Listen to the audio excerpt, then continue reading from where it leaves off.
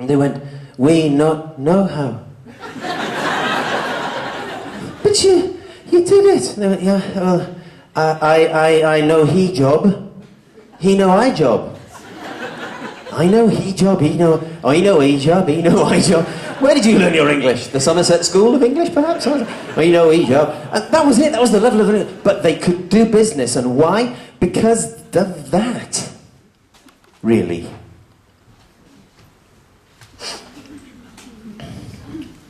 They shared a professional domain, and if you've taught students, you know that engineers speak engineering, and pharmaceutical chemists speak pharmaceutical chemistry.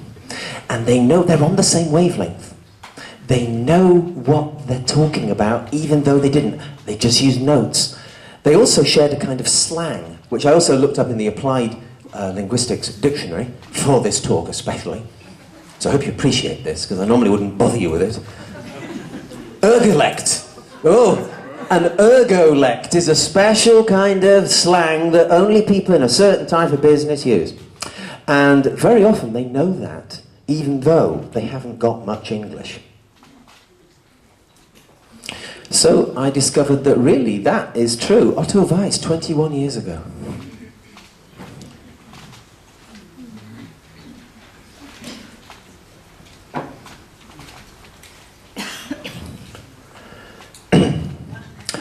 I make them wear badges, you know. I think we should have badges go around, you know. I speak minimal English. If you're a native speaker, please slow down. Don't use all this rubbish. Just speak so I can understand you. How are we doing so far, by the way? Is this all right for you? Is this okay? On a scale from 9 to 10? Is this... There's always a limit feedback, you know. Is this all right? Except that doesn't work in Germany, that trick. It works in every country except Germany. Because I tried this in Germany, I said 9 to 10, and one guy went, 9.45. Because it's scalable. And so if you take as the baseline 9, and then 9.45 is the equivalent of 4.5 out of 10. Aha. I thought, it was just a joke, it was just a joke. Oh, okay, sorry. Oh, in that case, it was nothing at all. So yeah. Now, another student I've worked with, I had to teach one-to-one. I do a whole course on one-to-one, by the way, if you're interested. Because I teach one-to-one, and there's not much for one-to-one. This is a one-to-one with God. Yeah, no, don't worry, there's no religion involved in this. I had a Japanese student. I still teach in London sometimes. I got a Japanese student. He was in a group, but we had to take him out of the group because of his level, and because he was socially a bit dysfunctional. You know how you do sometimes, take them out of the group. We took him out of the group and put him in a one-to-one. And he wrote these two characters on a piece of paper for me, and he said, "Mark, my teacher. In my company, I am God." I thought, oh, pleased to meet you. I've heard a lot about you, actually. Is it all true? But in English, I am Bog.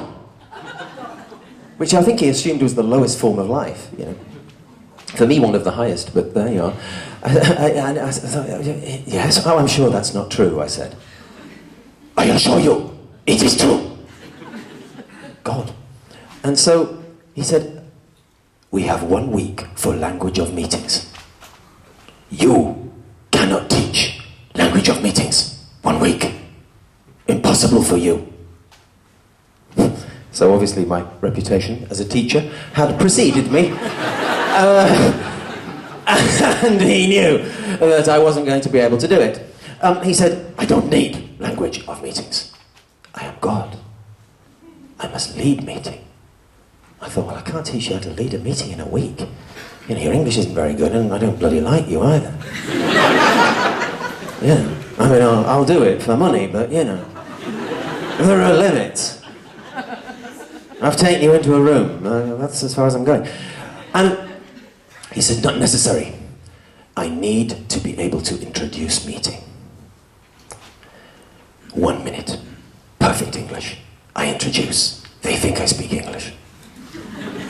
You must teach me. So my Shakespearean studies came in here. I thought, hey, this is cool. So we scripted it. We did kind of counselling learning, where they tell you what they want to say, and then you upgrade it a bit, and then you record them, and you gradually build it up, and you build it up. And we started off with a whole script. And so at the beginning of the meeting, it looks like he speaks perfect English. And he said, also I need end of meeting. Okay, fine. 2 end of meeting. End of meeting A, meeting go bad. Oh. And he did all those constipated noises and things. Oh. Another meeting necessary. And then B, meeting goes well. Very helpful meeting, very productive, fruitful. You like the word fruitful, but we had problems pronouncing it. Fruitful meeting. Anyway, we did that. And I said, brilliant, you only needed the beginning, good ending, keep them close together. Then he said, now middle of meeting. Oh no, I don't know how to teach you the middle of the meeting, this is the tricky bit. He said, no, my have people, they work for me. They are like my slaves.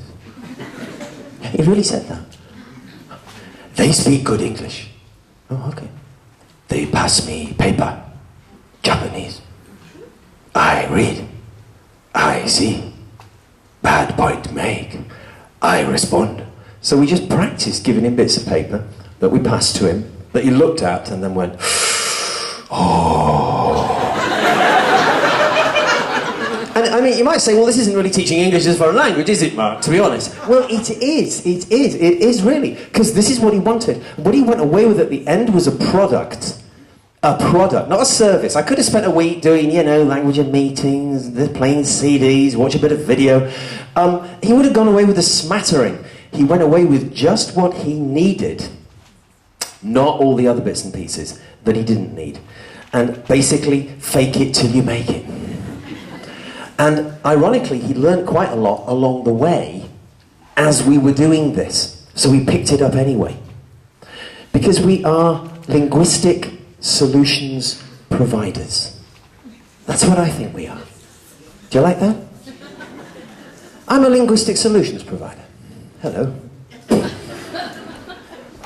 I find solutions to your problems with English in communication for business. And sometimes that means teaching grammar or vocabulary or other things and skills. But sometimes it means finding another way. Because what we do is we teach English just in time. I think some of you might have been at this conference a few years ago when David Graddle was talking. I think he talked about this a bit. Learning English just in time, as you need it. As opposed to just in case. Which is general English. What are we doing today? Oh, modal verbs. Why? Well, I don't know. I thought we would. Do we have to? Well, no, we don't have to. I mean, I'm not saying we must do them, but I thought we would do them, because we could do them and we should do them, and so we are doing them. All right, there we are, modal verbs. You might need them at some point. No, better, we don't do that. We teach as it's needed, and we teach just enough. That's the other idea. Just enough, not more than enough.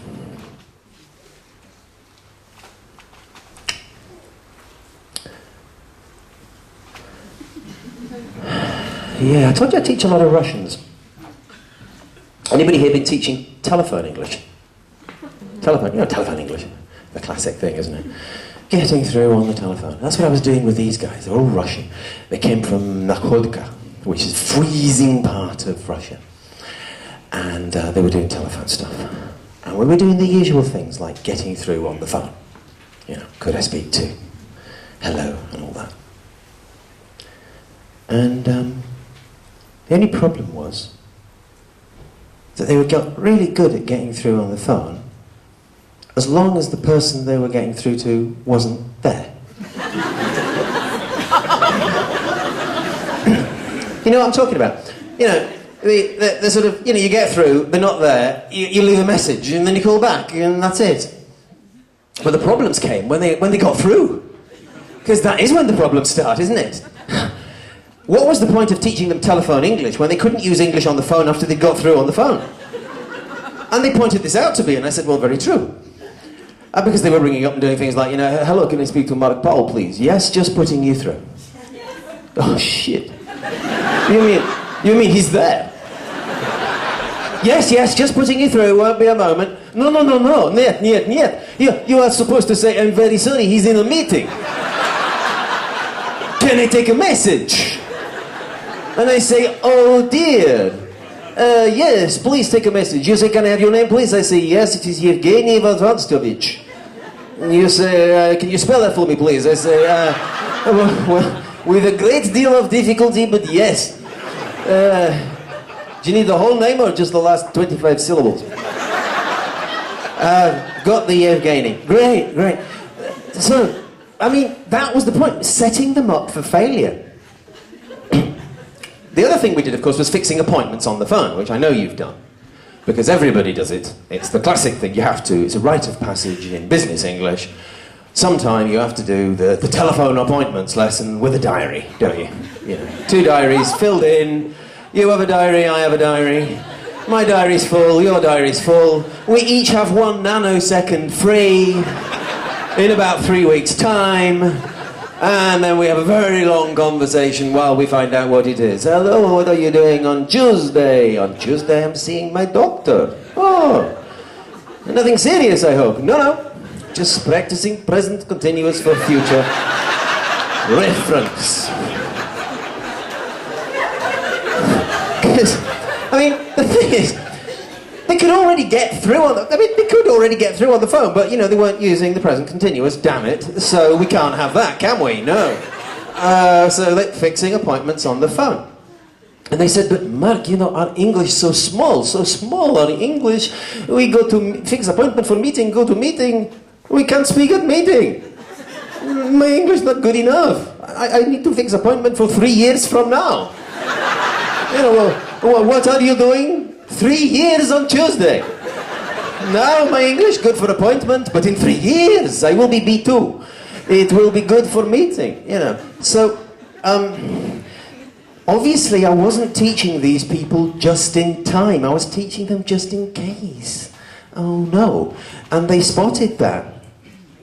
So instead, well, as you know, telephone English is not as simple as it looks. It consists of just a very few words, but kind of shuffled around, doesn't it? You know what I mean? You know, that kind of, can I call you back? Can you ask him to call me back? Can I leave a message? Could you leave a message? Would you spell that? I'll spell that for you. You know, it's just a few words shuffled around, which is a bit like the Beatles records. For the first 3 years of their career, and their basic lyrics only consisted of be you, love do, yeah, and ooh. That was it really, wasn't it? Just me, you, love do, yeah, ooh, for the whole of the first 3 years. And that's a bit what telephone English is like. But it's not that the words are complicated, it's that they are in complicated orders, with lots of different direct and indirect objects. So, we started doing call planners. This is a call planner we put together for them, with lean language here on the right, just what they kind of needed. Practice a phone call, see what they need. Then they had this in front of them. This is for the information, this is for, you know, panic. Oh, shit, nearly panicked myself there. Why didn't you tell me there's a dirty great big bloody hole at the back of this? I nearly broke my leg there. I mean, I know you say break a leg when you give a talk, but shit, nearly did it. Sorry about that. You'll have to delete the expletive there. Hello, it's for the viewers at home. I nearly killed myself.